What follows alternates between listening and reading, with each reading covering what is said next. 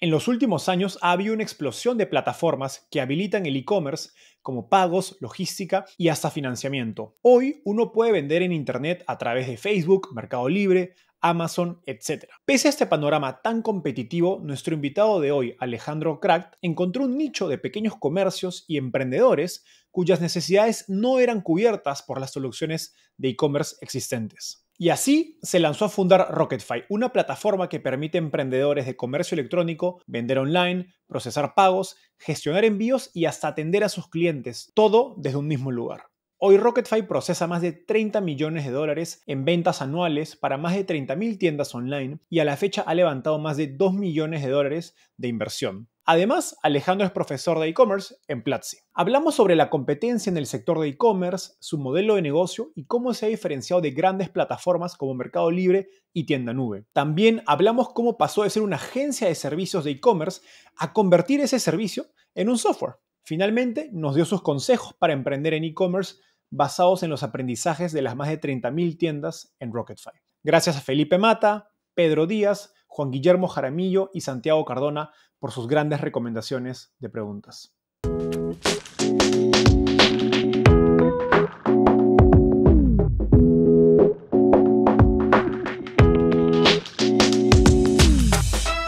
¿Ya tienes Product Market Fit, pero no tienes el talento experto en tecnología para impulsar tu empresa? Por ello, Talently Hire te conecta en menos de 72 horas con desarrolladores de software con al menos 3 años de experiencia.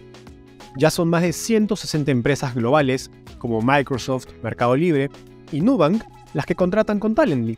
Conoce más en talently.tech/hire. Hola Alejandro, bienvenido al podcast. Hola Enzo, muchísimas gracias. Muy contento de estar aquí.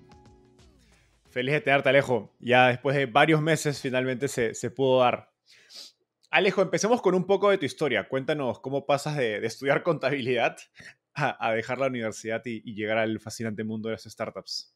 Esa historia me encanta porque creo que muchas veces pensamos que no es fácil pasar de un mundo a otro mundo porque definitivamente son dos mundos diferentes. Comencé a estudiar contabilidad por el deseo de aprender un poco de negocios. Era lo más relacionado que encontraba en ese momento con la información que tenía. Y estando en la universidad descubrí que emprender era lo que quería dedicar mi vida porque encontré mi pasión haciéndolo. Durante la universidad vendía obleas. ¿Sabes qué son las obleas? Sí, claro, que es como un postre, ¿cierto? Es como una tortilla y tiene manjar o chocolate. Sí, sí, es como un postre y las vendía. Incluso me conocen en la universidad por el de las obleas. Y durante emprender con estas obleas, vendí mi primer producto en internet y eso fue como el punto de inflexión en ese momento de la historia donde dije, me encanta esto, porque mezclé la tecnología que me apasiona un montón con las ventas, que también lo he traído en mi ADN y le heredé eso creo que a mis padres. Entonces me enamoré de esto, empecé a construir mi e-commerce y a partir de este momento dije, a esto quiero dedicar mi vida, voy a dejar mi universidad, lo dejé y comencé por este camino de emprender. Genial. Me encanta. Justo ayer hablaba con otro emprendedor y creo que muchos hablan de este primer momento donde generas dinero por internet. Es como un switch o un botón que a muchos les abre la mente y los atrae a este mundo de tecnología, startups, etc. Alejo, me gustaría profundizar un poco en e-commerce, que es un sector donde varias de las personas con las que conversamos nos han dicho que eres un experto. Y para entender la industria y luego meternos a lo que están haciendo en Rocketfy. Empiezo con que en los últimos años ha habido una explosión, digamos, de productos y servicios habilitadores de e-commerce, logística, pagos, financiamiento, incluso te prestan inventario, obviamente hay software. Entonces, y aparte, uno puede vender en internet a través de múltiples canales, tienes Facebook, Mercado Libre, Shopify, Amazon en los países donde está, etcétera. Y digamos, tú llevas trabajando años en e-commerce y antes tuviste una agencia donde entiendo que ayudabas sobre todo a grandes empresas, así que me gustaría entender, digamos, qué oportunidad viste tú, ¿no? Cuéntanos sobre el panorama competitivo, digamos, qué modelos existían y dónde encaja Rocketfy dentro de todo lo que está pasando.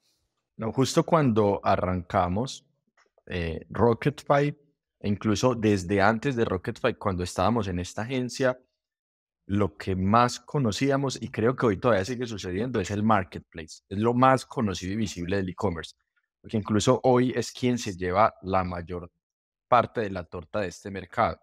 Porque primero el marketplace, porque facilita el no tener que requerir algunos conocimientos como si los tienes que tener cuando quieres tú mismo construir tu tienda y llegar al comprador. Marketplace te resuelve eso. Entonces, en un inicio conocimos mucho del marketplace, vivimos esas facilidades de no tener que saber vender, pero luego la necesidad de escalar, mejorar los márgenes de nuestro propio negocio y cuando empezamos a dar consultoría también mejorar las condiciones de negocio de nuestros clientes nos llevaron a tener que construir canales directos.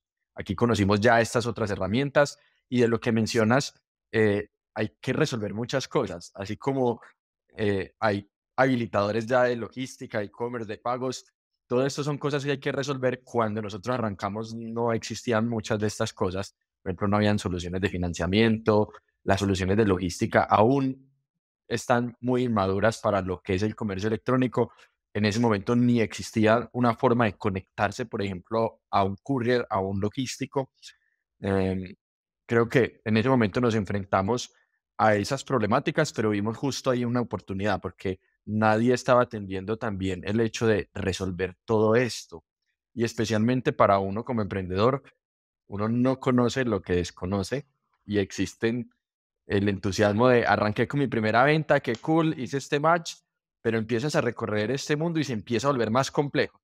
Cuando ya no es una venta, sino 10 diarias, 20, y te empiezas a encontrar con un montón de necesidades, principalmente logísticas y de pagos, ahí descubrimos que ese dolor lo estábamos viviendo nosotros, pero en nuestra agencia nos dimos cuenta que lo vivían también muchos clientes. Entonces vimos una oportunidad, el transformar estos dolores en una solución que permitiera responder a todos estos dolores. Perfecto. Como dices, el pitch de Rocketfy es ser, digamos, esa solución completa o todo en uno, mientras hay soluciones más especializadas, ¿no? De logística, otras de pagos, otras, digamos, de la parte de software. Digamos, ¿qué ventajas tiene Rocketfy a otras soluciones? ¿Por qué una pyme, un emprendedor elegiría una solución horizontal en lugar de una que está especializada en, digamos, en una vertical o en un servicio? La principal ventaja es que vas a requerir de todo esto y tenerlo desconectado es una desventaja gigante. La capacidad de conectarlo solo la tienen las compañías que tienen muchas capacidades de software dentro de su compañía. Y hoy día es inútil tenerlas cuando existen opciones como Rocketfy, que ya te tiene todo esto interconectado desde los primeros minutos. Y más allá de las necesidades de software, tienes necesidades de conocimiento que también las conectamos dentro de la experiencia de consumir Rocketfy para que el usuario adquiera ciertas habilidades o conozca ciertas cosas que debe entender para llevar adelante su negocio y soluciones también, incluso de conexiones de personas. Por ejemplo, tú sabes importar muy bien productos, te esforzaste en encontrar muy bien productos, pero luego te falta vender. Pues en Rocketfy encuentras, además de la herramienta que te va a permitir administrar ese inventario, administrar tu tienda y conocer un poco más de cómo avanzo a vender, incluso personas que ya saben vender con las cuales te puedes conectar. Entonces, creo que conectar es una palabra que define muy bien a Rocketfy y es una gran ventaja. Un solo lugar donde puedes conectar con las herramientas, el conocimiento y las personas que necesitas para sacar adelante el negocio. Ahora, ¿cómo piensas acerca de cómo Rocketfy puede crecer con sus clientes?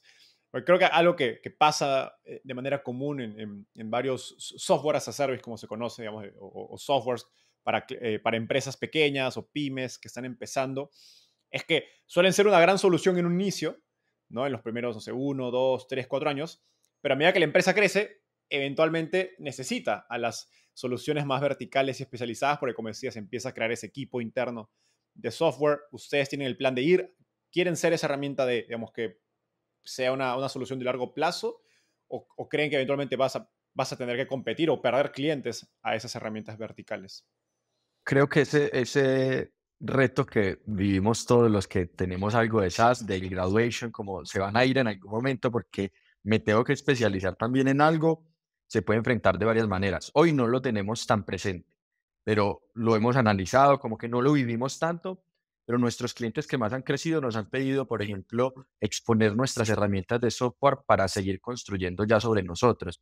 Entonces, una visión abierta en esta etapa, no para todos los clientes, sino para quien ya quiere construir más, como crear kits de software como los SDK, las APIs, va a permitir que estos usuarios se sigan apalancando de lo que construyeron con nosotros y construyan lo que ya deben construir ellos.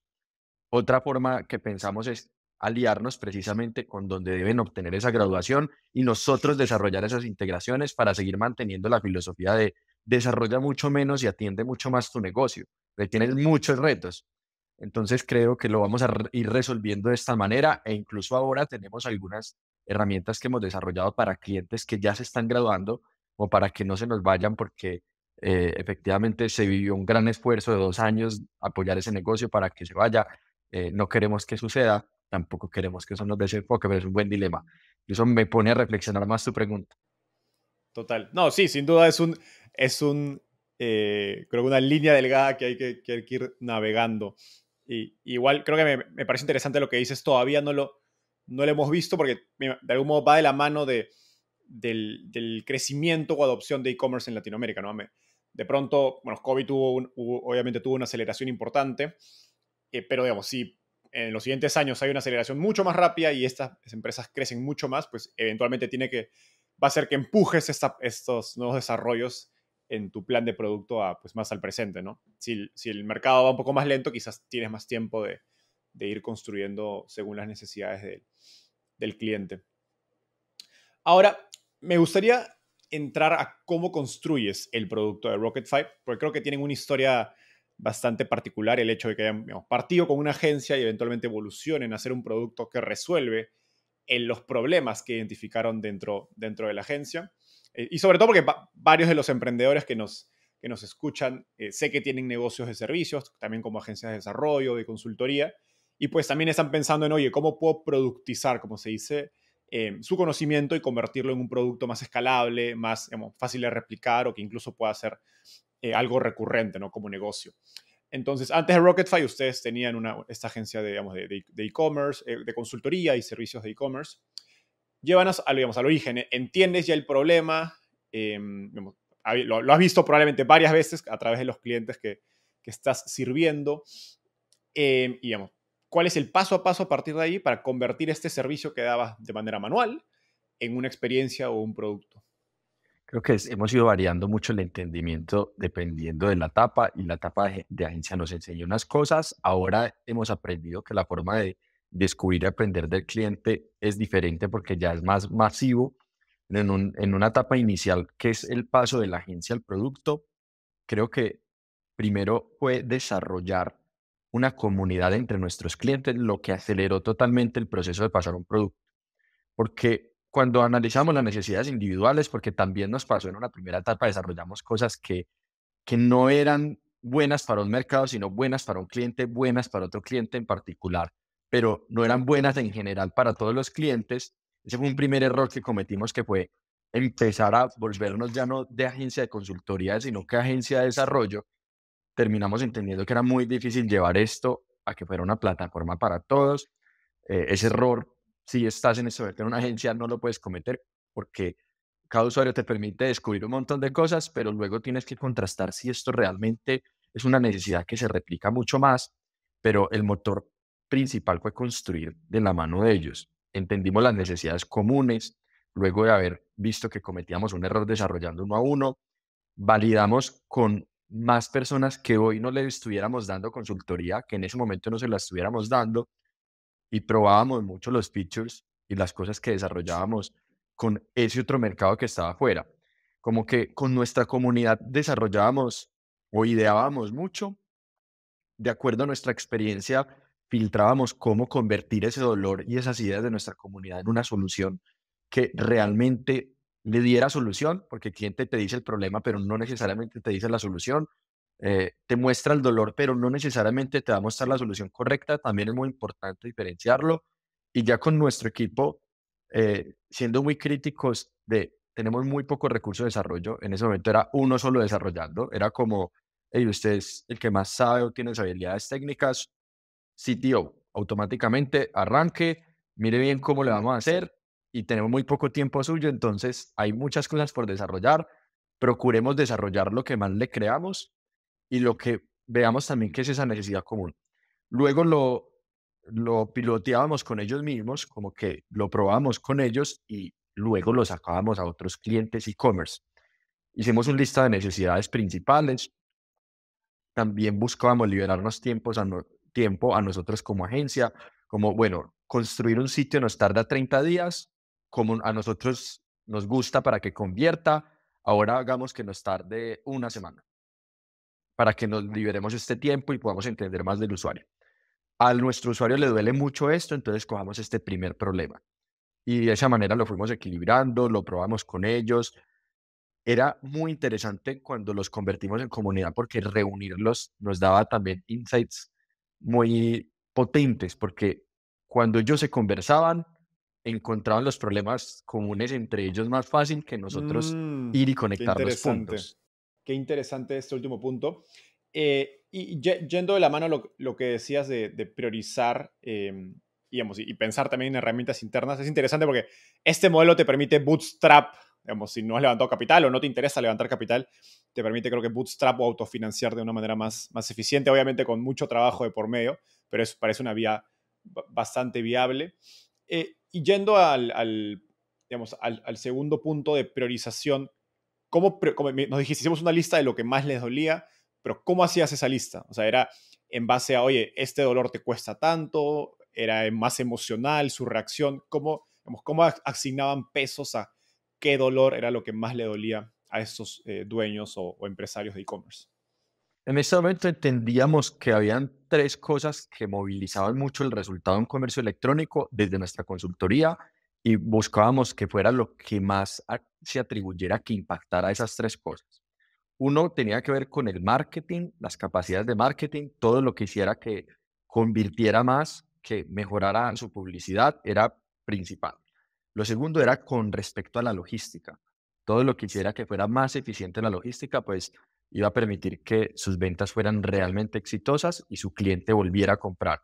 Y el tercero tenía que ver con la habilitación de los pagos, como que pudiera proveerle las mejores condiciones para pagar a sus compradores. Si esas tres cosas estaban presentes, les iba a ir bien, le iba a ir muy bien a nuestro cliente. Entonces, priorizábamos los dolores a lo más relacionado a esto. Luego lo fuimos sofisticando, fuimos entendiendo como de una manera más completa cómo priorizar. En ese momento era, si apuntas y acá, vamos. Entonces le dimos mucha prioridad a esas tres cosas. Ujú, ujú. Ahora, ¿cómo se vio la primera versión digamos, del software o el MVP de Rocketfy? Y algo que a mí me parece interesante es de lo que dijiste hace unos minutos, que es el usuario te muestra el problema, pero no la solución o cómo resolverle el problema.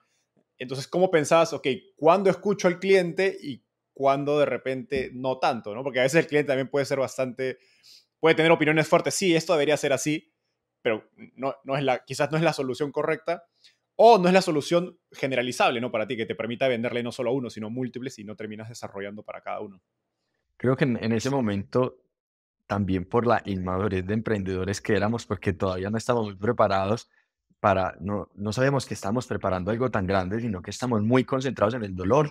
Lo que hacíamos era tener mucho esa discusión interna de lo que nos dijeron nos hace mucho sentido o no, esto realmente es adaptable, como que después de descubrir que desarrollar cosas que no eran generalizables, como bien lo dices, ya lo filtrábamos con discusión interna.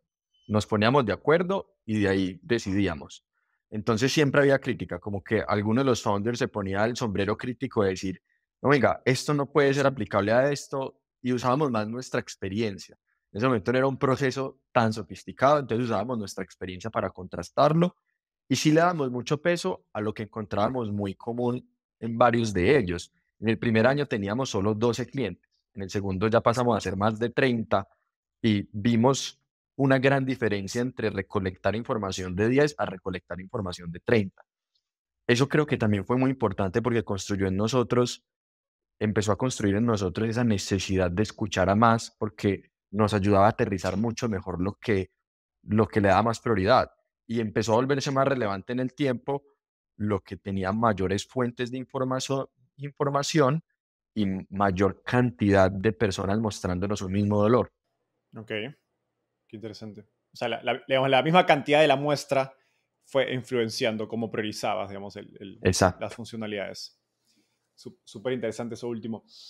Ahora, creo que una de las habilidades más fuertes, digamos, que tienen los consultores y sobre todo agencias es trabajar con clientes, en el sentido de saben hacer las preguntas correctas, escuchar y llevar al cliente por un proceso, digamos, claro que eventualmente lo lleve a solucionar el problema que tiene. En el proceso de crear el producto, ¿qué tipo de preguntas les hacías digamos, a tus potenciales clientes? ¿Cada cuánto tiempo le mostrabas una versión del producto? Digamos, antes de efectivamente lanzarlo. Sería genial que nos cuentes pues, detalles de cómo funciona ese proceso en la práctica. Incluso me gusta mucho esa anotación porque los consultores nos volvemos buenos en preguntar, porque desde ahí tenemos la mejor fuente de información para saber cómo orientar el conocimiento que tenemos e insertarlo en la compañía para que se resuelva algo. Las preguntas siempre las dirigíamos a entender primero los objetivos de ese cliente, como lo primero es entender sus objetivos e incluso cuando estamos desarrollando el producto, como realmente esto cómo iba a ayudar a apalancar sus objetivos y nos interesa todavía incluso mucho cómo esto se integra a lo que él consume a diario, porque muchas veces también se desacierta cuando lo que él consume o usa a diario, se desacierta cuando intentamos dar una solución, pero no se adapta mucho a los hábitos o a la forma en la que él hoy lo resuelve. Generalmente se genera mucha fricción cuando vas a traer una solución muy alejada de lo que él está acostumbrado y llegar al final a esa solución ideal que tenemos. Entonces, las preguntas siempre las dirigíamos a validar muy bien cómo iban a adoptar esto en la operación, cómo iban a adoptar esto en sus procesos, y casi siempre queríamos validar esto. Incluso hoy queremos validar eso constantemente. Nos acostumbramos mucho a cortar los tiempos entre una solución propuesta y que el cliente la implemente. Entonces, esa para mí es una de las principales preguntas o tipo de preguntas, y son las preguntas que te lleven a saber dentro de los hábitos que él tiene, las costumbres que él tiene, la forma en la que él usa, cómo va a adoptar lo que yo voy a presentarle. Te voy a dar un ejemplo muy claro. Las personas en logística nunca tienen tiempo, mantienen llenas de problemáticas por solucionar. Entonces, si yo voy a traerle una solución donde cargar un pedido va a ser el mejor pedido, súper seguro, súper entregable, pero se va a demorar 3 minutos, él no lo va a hacer. Así le mejore la vida a futuro. Prefiero entregarle una primer solución donde él se demore 1 minuto, no le soluciono completamente el problema, pero lo voy llevando cada vez más a que llegue a aceptar esos 3 minutos. Después de que adopta lo que yo le puse, la fricción de ese producto con ellos es lo que me da la información para iterar el producto. Entonces, ahí te dije literalmente como uno de nuestros principios de producto y es primero que lo adopten y luego de que adopten ese producto, que venga todo el feedback para seguirlo evolucionando y eso es muy valioso porque minimiza mucho el producto, te permite lanzarlo rápido, te trae más feedback rápido y eso te permite iterar. Me encanta lo último que dijiste. Justo ayer conversábamos con otro emprendedor, Guillermo Rauch de Vercel, que le vende a Enterprise, y decía algo muy similar, ¿no? Por más de que está vendiéndole a Enterprise y compañías, digamos, de las Fortune 500, que era la lógica de quiero entrar lo más rápido posible al cliente y luego sobre eso ir reduciendo fricciones y construir sobre el feedback que me dan una vez ya estoy adentro, ¿no?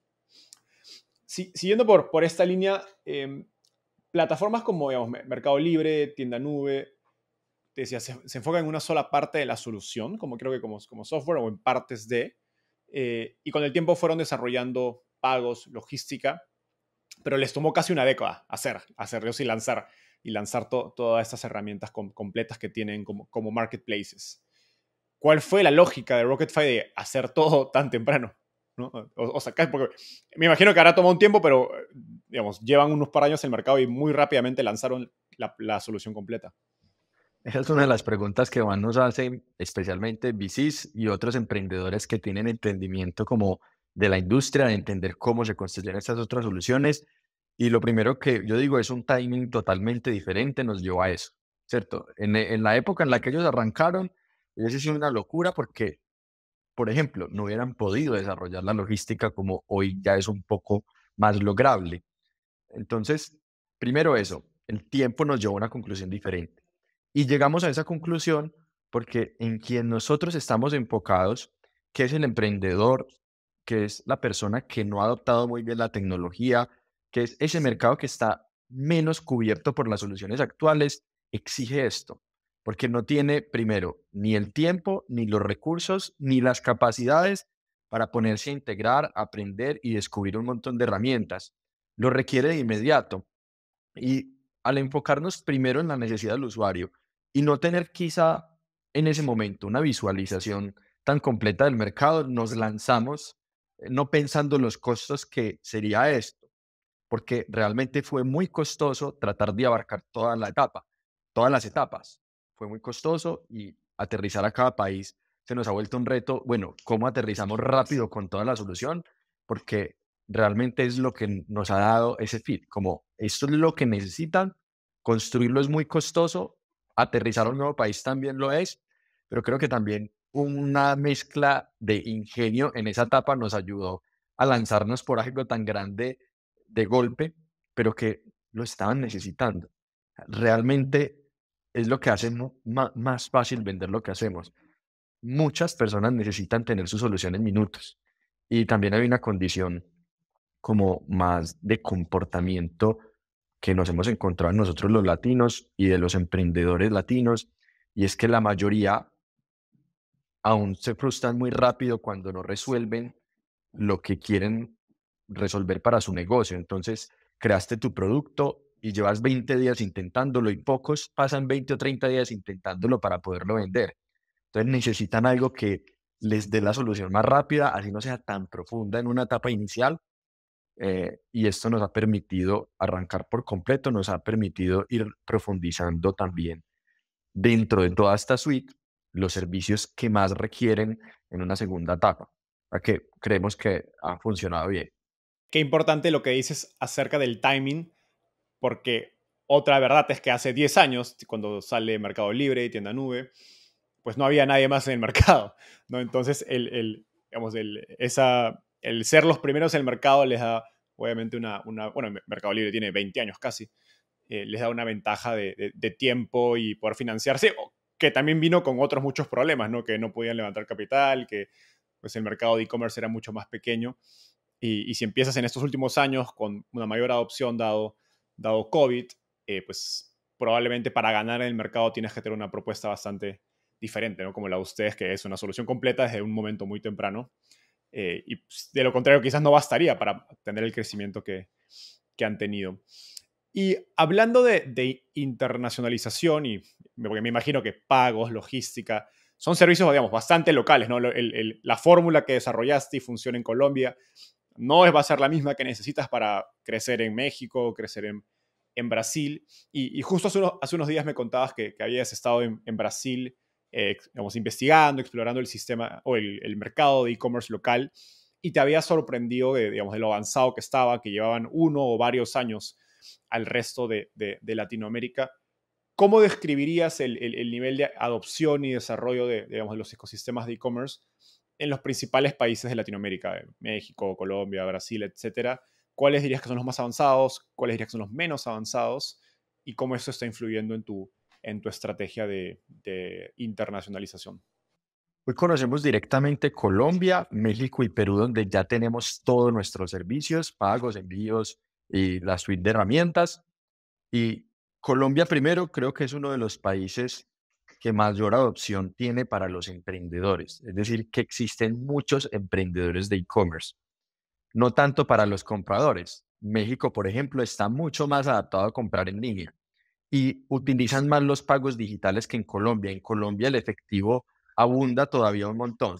Entonces se debe recaudar en la entrega o en ventanilla para que puedan comprar porque hay muchísima adopción del efectivo. En México tenemos dos condiciones, como que en ciudades principales y en las ciudades más desarrolladas las personas tienen mucho más acceso a tarjetas de crédito y tarjetas débito y pago electrónico, pero en las ciudades más terciarias donde de pronto no existe tanta penetración de los bancos y existe todavía un poco más de desconfianza, todavía hay mucho cash.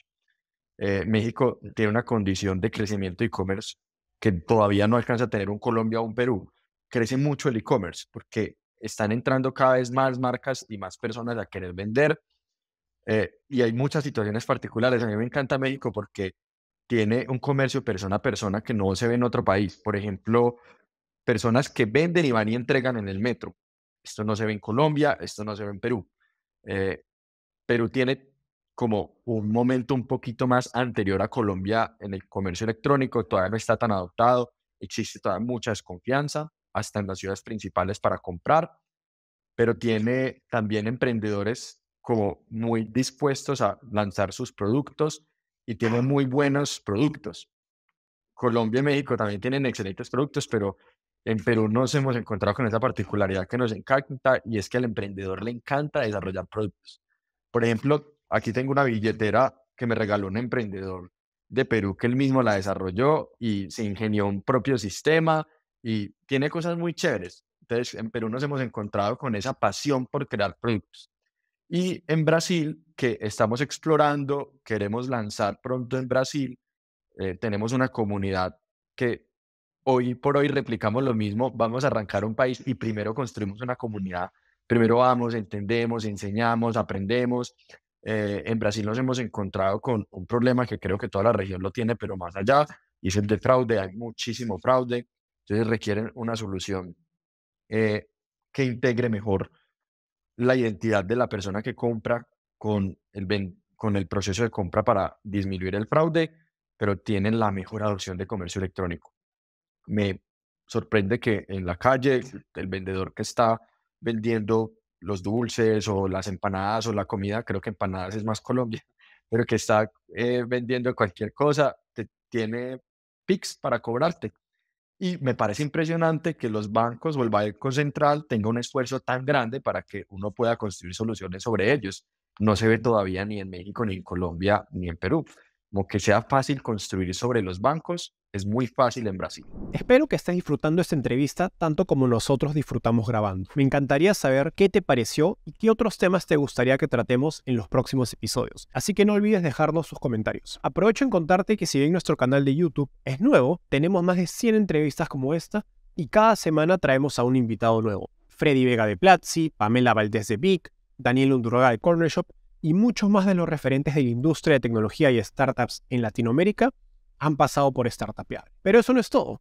Llevamos más de 3 años creando una biblioteca de contenido gratuito sobre emprendimiento y tecnología. Puedes revisar nuestro glosario con todos los términos técnicos de emprendimiento, nuestro blog con guías, tips y lecciones clave sobre startups y nuestro directorio donde encontrarás un listado con las startups e inversionistas más importantes de la región. Ingresa a startupeable.com dando clic aquí arriba y acelera tu crecimiento en el mundo de las startups. Por último, no dejes de suscribirte y seguirnos en redes sociales. Ahora sí, de vuelta al episodio. Qué interesante, gracias por compartir este panorama. Yo justo estuve en Brasil hace un par de semanas y tuve una experiencia similar con lo que decías del tema en general, no solo pagos, creo que tecnologías en general, de cosas muy pequeñas, ¿no? Como Pix, también los terminales de pago, siento que tenían una adopción mucho mayor y creo que se repite en que la tecnología está abarcando muchos más aspectos digamos, de la vida digamos, de un brasileño promedio y lo interesante es que es algo que seguramente va a llegar a Latinoamérica, al resto de países de Latinoamérica en los próximos años. Entonces es como una ventana al futuro muy, muy interesante viajar a Sí. Brasil. Y nos pasó algo, Enzo, muy importante que nosotros llamamos en Colombia como una montañerada, como que nos pasó algo que le pasaría a alguien por ingenuo, que fue que llevamos mucho dinero en efectivo creyendo, como pasa normalmente en Colombia, que se necesita efectivo y no necesitamos en ningún momento efectivo. Si gastamos 50 reales en efectivo fue mucho, porque realmente no hay, la gente te recibe siempre con tarjeta. Total. Es increíble. Hablando de dinero, me gustaría entender un detalle del modelo de negocio de Rocketfy, que es que en comparación a otras, digamos, soluciones, su modelo de negocio es, podríamos llamarlo un gratuito o freemium, donde solo cobras a partir de que el cliente empieza a generar ingresos, ¿no? Y tomas un take rate o un porcentaje de las transacciones. ¿Cuál es la lógica, digamos, de negocio detrás de ofrecer tu solución de manera gratuita en un inicio, en lugar de cobrar desde un inicio como un software as a service, como lo hace Shopify o Tienda Nube o los otros jugadores grandes del e-commerce? La decisión la tomamos antes de este consejo que me dio un mentor. pero me parece súper importante partir del consejo porque creo que varios emprendedores pueden estar en este punto similar o incluso se plantearán si están cobrando bien o no. Y es que en la lógica de monetización, porque esta es la parte del negocio donde tú defines cómo vas a cobrar y cómo eso se va a convertir en un negocio, tiene mucho más componente de psicología del usuario de lo que te imaginas. En parte es una lógica que responde a la necesidad de un modelo de negocio de finanzas, pero en parte es psicología del usuario. Creo que lo que principalmente ejerció en nosotros influencia para tomar la decisión de no hacerlo SaaS, porque es lo típico en nuestra industria, en nuestro tipo de solución, sino hacerlo más como transaccional, cobrar en cada momento, es que entendimos que hay una desconfianza profunda en nuestro tipo de cliente para invertir antes de ver resultados.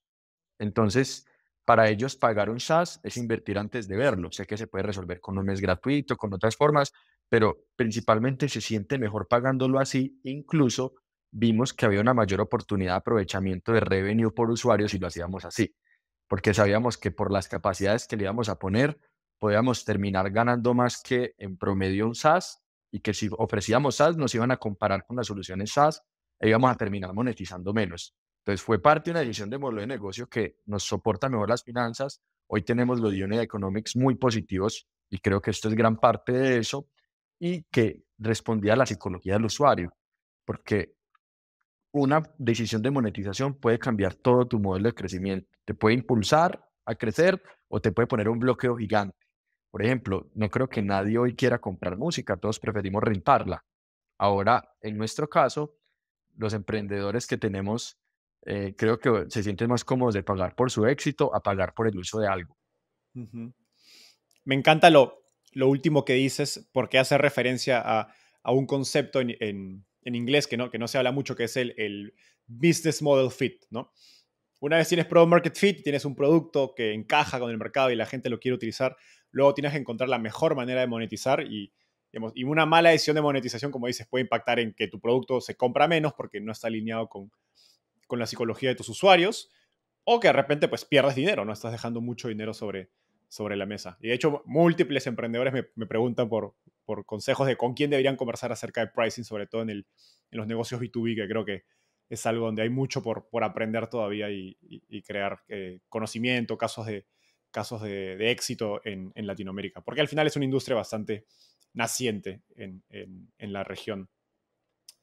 Ahora me gustaría hablar de e-commerce mismo, porque ya hemos hablado de un poco del contexto del mercado, de e-commerce en Latinoamérica, hemos hablado de Rocketfy, pero, digamos, ustedes tienen, corrígeme si me equivoco, más de 30.000 clientes desde la última vez que hablamos, y estoy seguro que tienes una buena cantidad de datos acerca de las claves del éxito de un negocio de e-commerce, entonces me gustaría entender qué ves tú dentro de tus clientes en términos de mejores prácticas para algunos emprendedores de e-commerce que nos puedan estar eh, escuchando. Primero, ¿cuáles digamos, son las estrategias más efectivas que has visto para validar una idea de negocio de e-commerce? ¿No? Digamos, tengo un producto, quiero hacer un producto sencillo en una categoría, no sé, digamos, cosas del sueño, por ejemplo, quizás edredones, ropa de cama, etcétera. ¿Cuál es la manera más efectiva de validar una idea de e-commerce? Primero, creo que la misma pregunta trae algo muy inteligente para los emprendedores y es que primero validar. Porque primero validar te va a llevar a reducir la inversión de recursos antes de escalar eso. Entonces, cuando tú estás iniciando un comercio electrónico, quizá lo primero que vas a validar es si tu producto aplica para comercio electrónico o Ok. si va a generar un gran esfuerzo. Y acá existe algo que se ha popularizado más en América Latina, creo que somos parte de los responsables de esto, que es el dropshipping, donde tú puedes vender productos sin todavía invertir en ellos o sin comprarlos. Entonces, lo primero es que minimices la mayor cantidad de inversiones posibles para validar, para que te concentres en validar varias opciones. ¿Opciones en qué caso? Primero, en productos. A menos que tú estés creando tu propio producto, lo mejor sería validarlo antes. Incluso si vas a crear un producto, por ejemplo, vuelvo al caso de la billetera, antes de que vayas y te metas en el esfuerzo de crearlo, intenta vender billeteras en línea de otro, así no sea la misma que quieres construir. Segundo, además de validar el producto, trata de validar canales por donde se puede vender. los canales más comunes hoy son redes sociales, pero existen más alternativas para vender un producto en Internet. Existen redes sociales, hay algo que se llama anuncios nativos, que son anunciantes que reúnen sitios web privados y meten publicidad dentro de ellos. Existen los buscadores, por ejemplo, son los tres más comunes. Valida canales, después de que tu producto funcione mejor en uno o en el otro. ¿Cómo se valida esto? Invierte algo de publicidad en cada uno con tu producto. Y luego valida países. Esto parece loco porque uno dice, uy, ¿cómo que países? Pues hoy desde Rocketfy puedes coger y vender en cualquiera de estos países que les mencioné ahora, Colombia, México, Perú, pronto Brasil, y eso te puede ayudar a validar que pronto hasta tu idea de mejor en otro país. Qué interesante. Qué interesante. Estás en Perú y quieres vender, como decías, billeteras y de pronto México es un mercado 10 veces más interesante, ¿no? Y lo ves en tu, digamos, adopción, crecimiento, e incluso hasta en el mismo CAC, ¿no? En cuánto te cuesta adquirir un cliente. Porque a veces seguro hay más. Es interesante porque te puedes encontrar con que de repente estás en una categoría que dentro de tu país es muy competida. Digamos, en Perú de repente hay muchos productores de billeteras, pero de repente en Colombia o México no tanto, ¿no? Y bueno, me imagino que por diferentes categorías pueden haber casos así. Digamos, un Exacto. ejemplo muy burdo sería tratar de vender café por e-commerce en Colombia, ¿no? Debe ser el mercado más difícil al que te puedes meter. Pero de repente en México no tanto, porque no hay una industria de café tan, tan establecida. Me encantan estos tips. Ahora, vamos hablando de canales, ¿no? Tener un costo de adquisición rentable debe ser el reto del que más se quejan los e-commerce, las tiendas de comercio electrónico. He escuchado a veces que 30, 40 o hasta 50% del costo de un producto se puede ir solamente en publicidad. ¿Qué has aprendido, digamos, qué hacen las tiendas online con mejor capacidad de atraer a clientes y convertirlos? Primero, hay que diferenciar dos cosas porque a veces no diferenciamos esto los emprendedores cuando arrancamos en e-commerce. El costo de adquirir un cliente o el costo de hacer una venta. Porque tú puedes simplemente hacer una venta y ese cliente nunca retornar. Entonces, si bien hay que hacer mucho para atraerlos, si quieres que se convierta en cliente, tienes que hacer algo para retenerlos, para que en el futuro se diluya ese costo inicial de adquirir. Lo principal es encontrar un product market fit, como encontrar un producto que se venda bien en un mercado, con estas pruebas que mencionamos en la pregunta anterior. Y esto se encuentra con un buen marketing. Y un buen marketing depende de una buena calidad de contenido, que es fotografía, video y texto, que hoy hay muchas herramientas, por cierto, ya se puede apoyar más el emprendedor en herramientas de inteligencia artificial, que es lo que está ahora explotando como soluciones para ellos. En Rocketfy ya tenemos varias aplicaciones de inteligencia artificial, como por ejemplo, ya te generamos el copy para que no tengas que saber mucho generar copies. Saber poco ya no es un problema. Pero entonces necesitas esto, buen contenido, buen producto y buen marketing. ¿Qué es buen marketing? Saber encontrar esas personas que les interesaría tu producto, porque ya tienes un buen contenido con el que vas a conectar y tienes el producto que o estás despertando la necesidad o ya necesitan. Entonces, si mezclas estos tres, vas a tener un mejor costo de adquisición. Y a esto se llega probando y midiendo. Porque si pruebas y mides con diferentes variaciones de esas pruebas, por ejemplo, diferentes colores, diferentes ángulos para vender el producto, vas a llegar a un buen CAC y vas a llegar eh, después de esto con un buen servicio al cliente a una buena retención de ese cliente.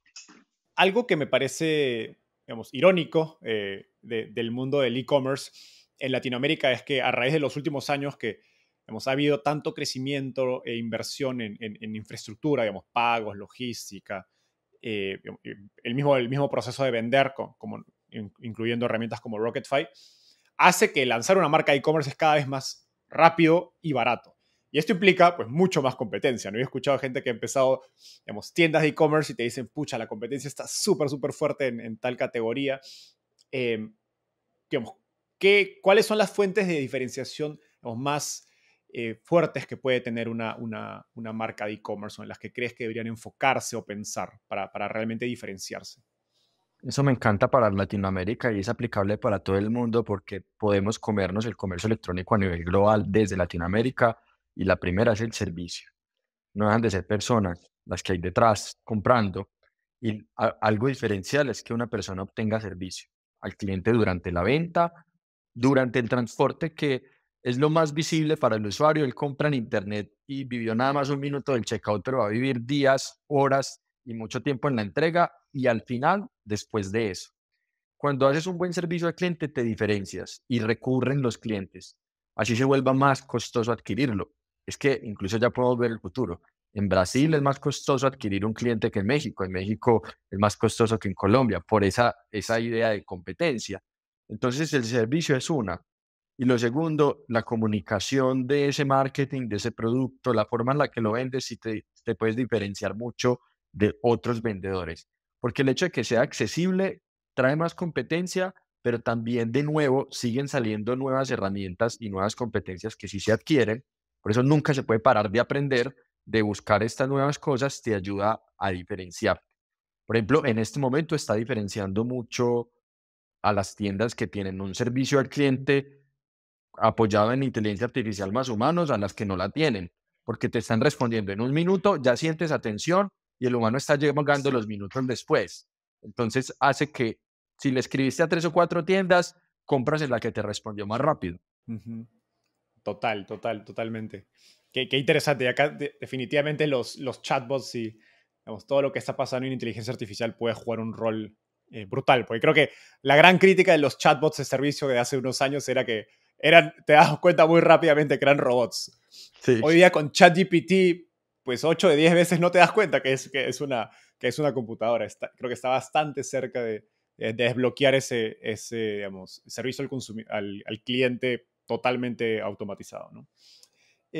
Para futuros emprendedores que digamos, están pensando meterse en e-commerce, ¿cuáles son las digamos, tendencias principales que estás viendo y que crees que deberían tener en mente? Primero, el comercio conversacional. Creo que es una tendencia muy larga que se viene presentando en América Latina y puede que se demore en desaparecer, como lo ha pasado incluso en China, en India, que somos más similares en algunas costumbres de compra, más que Estados Unidos y Europa, a pesar de que son los referentes en el tema. El comercio conversacional en América Latina es una gran oportunidad. La gente quiere conversar para comprar. El segundo tiene que ver mucho con la adopción de los pagos en efectivo, pues hoy son quienes le hacen frente a la desconfianza de los compradores que apenas están intentando comprar en Internet o los que sufrieron malas experiencias, a los que no están bancarizados y adicionalmente a los usuarios que están todavía aferrados a efectivo, que son muchísimos. Entonces, todavía va a ser una tendencia, quizás esta no sea tan larga porque es posible que se profesionalice más esta industria y la gente acepte los pagos electrónicos, pero por ejemplo, India todavía no alcanza a penetrar pagos electrónicos y sigue siendo efectivo. Y tercero, creo que el uso de la inteligencia artificial aplicada hoy por hoy a la generación de copies, a la generación de publicidad y a la atención de servicio al cliente, no como un reemplazo del ser humano, sino como un apoyo del ser humano para llenarlo de contexto antes de que el ser humano entre y darle más agilidad a las conversaciones. Son las 3 cosas que un emprendedor debería fijarse durante este año para comercio electrónico. Buenísimo. Y qué interesante lo que dices sobre India, porque en India creo que ha habido muchísima innovación en pagos desde hace 10, 20 años. Está Paytm, está UPI, si no me equivoco, que es como el Pix de la India, y aún sigue habiendo efectivo y jugando un rol importante que probablemente es algo que vamos a ver en Latinoamérica, ¿no? Vamos a avanzar en pagos electrónicos, pero siempre el efectivo va a estar ahí jugando un rol importante, al menos por las siguientes una, dos o tres décadas. Alejo, ha sido una increíble entrevista. Llegamos a la ronda final. Esta es una ronda de tweets donde básicamente te voy a hacer una pregunta corta y me tienes que responder en menos de un minuto, que es lo que te tomaría escribir un tweet. ¿Estás listo? Estoy listo. Si tuvieras que emprender de nuevo desde cero, ¿cuál sería el principal consejo que te darías? Arriésgate mucho más, porque muchas veces eh, esperé para actuar cuando pude haber actuado y después aprender de eso que actué.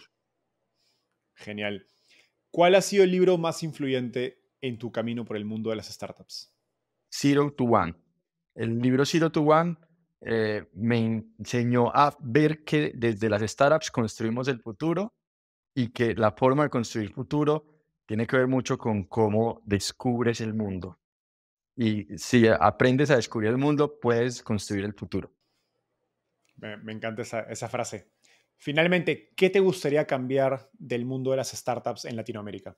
Me gustaría que se valorara más el emprendedor que construye una muy buena compañía por encima de el emprendedor que construye una compañía muy visible, porque a veces la falta de skills de visibilidad o de ventas juegan mucho en los emprendedores que estamos muy concentrados en construir muy buena compañía. Entonces creo que deberíamos valorar más y creo que en esta época se habla mucho de eso por el invierno VC, a los emprendedores que construyen una buena compañía. Una buena compañía es muy buenos números, muy buena cultura, algo que sabemos que va a perdurar en el largo plazo. Totalmente de acuerdo. Alejo, eso fue todo por hoy. Gracias por esta gran conversación y clase maestra de e-commerce. Nos vemos. Bye. Gracias, Enzo. Gracias por llegar hasta el final. No olvides suscribirte dándole clic aquí. Cada semana tenemos nuevos episodios. Y si quieres seguir aprendiendo ahora, mira esta entrevista que estoy seguro que te gustará. No olvides que en Startupeable llevamos más de 3 años creando contenido gratuito sobre emprendimiento y tecnología. Puedes revisar nuestro blog, glosario y directorio dando clic aquí.